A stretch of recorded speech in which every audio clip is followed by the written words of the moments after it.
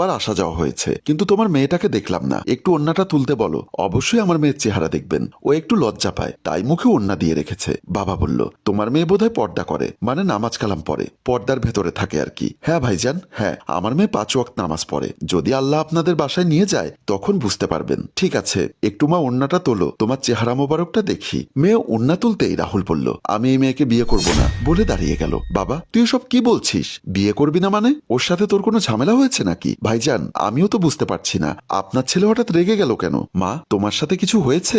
মেয়ে বলল, মা ঠিক আমার মনে নেই। রাহুল বলল, মনে থাকবে না? যারা বেয়াদব কথাবার্তা শেখেনি তারা কখনো বেয়াদবি করে থাকলে মনে থাকে না। বাবা, তুমি এমন ভাবে কথা বলো না, কি হয়েছে আমাকে খুলে বলো। রাহুল বলল, আপনার মেয়ে ব্যাংকার, আর আপনার মেয়ের সাথে কি হয়েছে শুনুন। আপা, ম্যানেজার সাহেব আপনার কাছে পাঠিয়েছে, আমার একটা জরুরি কাজ আছে, ওটা একটু সমাধান করে দিন, কারণ অফিসে আমার লোক বসে আছে, একটু তাড়াতাড়ি অফিসে ফিরতে হবে। দেখছেন না আমি কাজ করছি? ব্যাংকের মধ্যে আসলে আপনাদের তাড়াহুড়ো বেড়ে যায় না? আর যদি এত জরুরি হয়, আমার সিটে বসে আপনি কাজটা সেরে চলে যান। অদ্ভুত তো, আপনি এভাবে কথা বলছেন কেন? আপনি এখানে বসে আছেন আমাদের সেবা করার জন্য, কিন্তু এমন ভাবে কথা বলছেন যেন আপনাদের চাকর বাকর আমরা। আমাদের সমস্ত টাকা পয়সা সবকিছু আপনাদের এখানে রেখে আপনারা বিজনেস করছেন, আর একটু যখন সমাধানের জন্য এসেছি আপনি আমাকে বলছেন আপনার সিটে বসে আমি সমাধান করে চলে যেতে। এত কিছু যদি আমি পারতাম তাহলে তো আমি এখানে বসে কাজ করতাম। আমি তো এই ছোটখাটো কাজ করার জন্য বসে থাকি না। আপনি জানেন আমি কত বড় বিজনেসম্যান? আপনার মতো 200 জন আমার ফ্যাক্টরি এবং অফিসে কাজ করে। আপনি একজন ব্যাংকের কর্মকর্তা হিসাবে আমাকে এভাবে কথা বলা উচিত হয়নি। আমি এক্ষুনি আপনার ম্যানেজারকে ইনফর্ম করছি আপনার ব্যাপারে,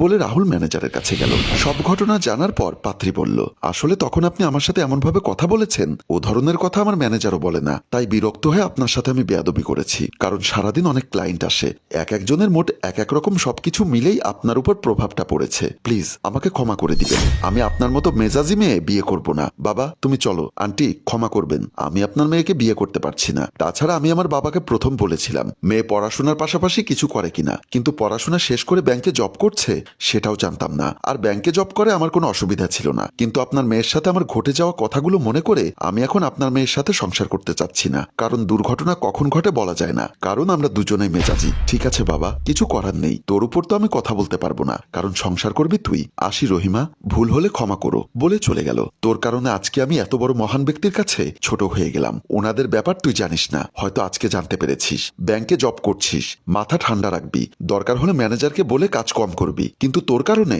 আজকে তোর মান সম্মান চলে গেল। মা, এখন আমি কি করব? আমার তো কিছুই করার নেই, আমি ভুল করে আজকে ঠকে গেলাম। সম্মানিত ভিউয়ার্স, গল্পটা ভালো লাগলে শেয়ার এবং লাইক কমেন্ট করে জানাবেন। গল্পটির রচনা ও পরিচালনায় আবু সৈয়দ রিয়ান, প্রযোজনায় মঞ্জুর মোর্শেদ।